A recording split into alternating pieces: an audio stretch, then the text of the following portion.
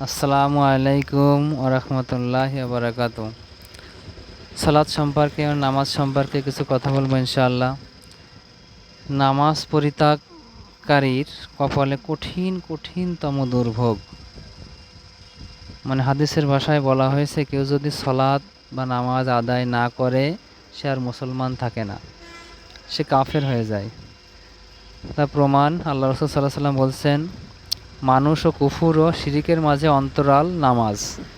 মুসলিম ৮২ নম্বর হাদিস। তিনি আরও বলেন, আমাদের মাঝে ও তাদের মাঝে চুক্তি হলো নামাজ, সুতরাং যে ব্যক্তি পরিত্যাগ করলো সে কাফের।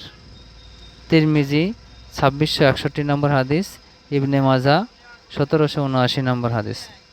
আমিনুল মুমিনিন ওমর রাদিয়াল্লাহু তাআলা আনহু বলেন, যে ব্যক্তি নামাজ ত্যাগ করে তার জন্য ইসলামের কোনো অংশ নেই। বাইহাকি ৬৭৩৪ নম্বর, ইবনে আবু শাইবা ৩৭,০৭৪ নম্বর হাদিস। তাহলে আমাদের বুঝতে হবে নামাজের গুরুত্ব। আল্লাহ কি কঠিন দায়িত্ব আমাদের উপরে দিয়েছেন। এমনই একটা জিনিস, এ কোনো সুবিধা অসুবিধে দেখে না। আপনি বেডে শুয়ে আছেন, হাসপাতালে বেডে শুয়ে আছেন, আপনাকে সালাত আদায় করতে হবে।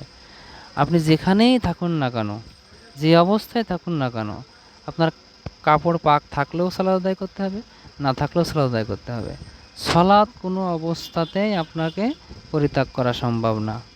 আল্লাহ যেন আমাদের সবাইকে বোঝার তৌফিক দেয়, আমরা যেন কোনো অবস্থায় ৫ ওয়াক্ত নামাজ না ছাড়ি ইনশাআল্লাহ।